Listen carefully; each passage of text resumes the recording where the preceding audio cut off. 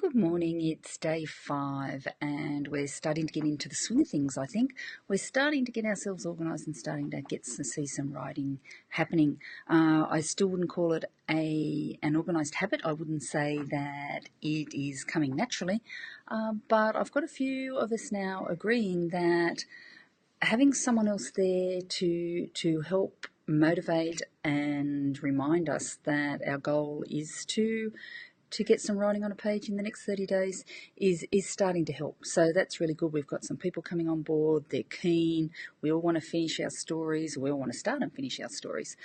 Today I wanted to talk a little bit about resources, because one of the things that I've noticed nowadays, and it's changed over time, is it's really easy to get overwhelmed with the craft of writing, with the advice, with the books, with everything that is coming our way.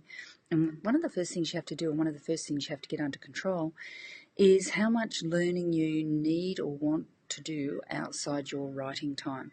Okay, because one of the things about being a writer is you're always learning.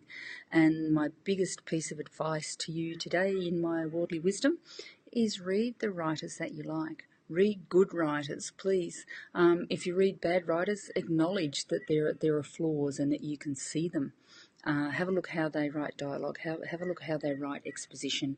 Have a look how their writing looks on a page. Is it chunky? Is it all dialogue? What's the mix? Using highlighters is a really good trick with that. And then it's an interesting exercise to go and do that with your own writing.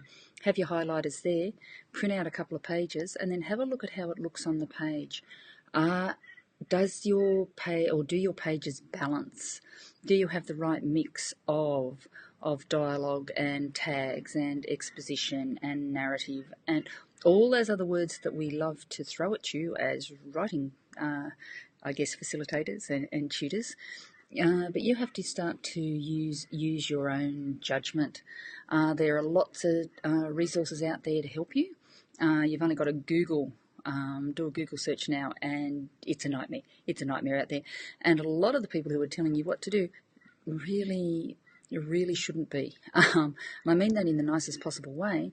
But one minute you've never heard of this person, next minute they've put out a book and a course, and then they're the expert. They're what they call the influencer.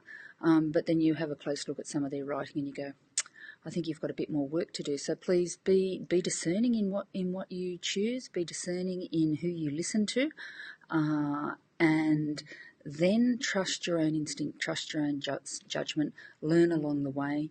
Writers are very good at that. And the books on your shelves are the best teachers. I've got a wonderful book which I don't think I even brought down with me today, and it's Reading with X-Ray Vision. I'll show you that.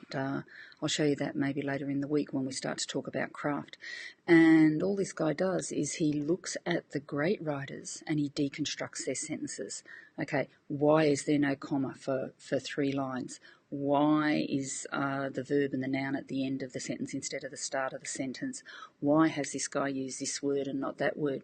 It's a really interesting exercise to do. So you're no longer reading as a reader, you're reading as a writer. And there's lots around about reading as a writer as well, which is really interesting. One of the books I wanted to show you today is, this is a Writer's Digest thing. I surround myself with writing magazines because there's always something in there for me to learn, and I can just pick it up, I can dip into it. But this one here, the reason I'm showing it to you is because it's got the 101 best websites for writers. Now, there's some that I use that I wanted to talk about, and I'm going to put out a PDF, I think. I'll put it on the blog so that we have a list of these things. One of the ones that I like is Fiction University. Something comes through every day. The lady there who writes that, she has some books out on plot and characterisation if you need the basics. But there's always, I think the one that came through this morning was Fiction Diagnostics, and that's where you look at your own work with that X-ray vision and see if you can work out how it needs to be fixed. Do you need someone else? Do you need a coach, or can you see this stuff yourself? Most often you need a coach because you're blind to your own errors. Jane Friedman, she used to work at Writer's Digest, and now she's out on her own, and she's really, really good. Again, you're looking to the experts. You're looking to the people who have been around for a long time and who've got the runs on the board.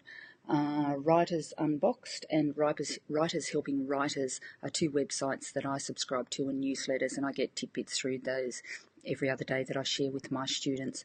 But other than that, I'm really, really careful about who I subscribe to, because otherwise you've got this lovely little thing called overwhelm. So have a think about it before you go and buy everything to do with writing. I've already shown you some writing books. Resources are wonderful in that they inspire you, they help you find your ideas, they take you in directions you didn't think you were going to go. And they also get that subconscious working, which is what we want to do.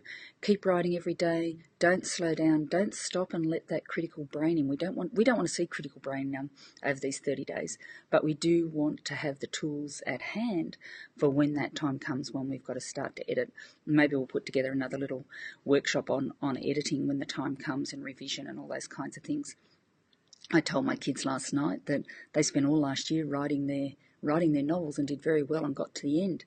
This year we're pulling them all apart, scene by scene, and it's exhausting and it's tiring. The stage that you're at, getting words on the page, is actually the easiest part, the most fun part. If you make a mistake, go down 4 lines and keep on writing.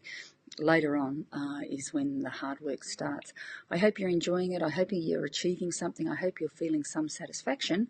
And let me know if you are getting those word counts up by now. We're 5 days in. Hopefully some of us are starting to see a few results. Okay, I'll talk to you tomorrow.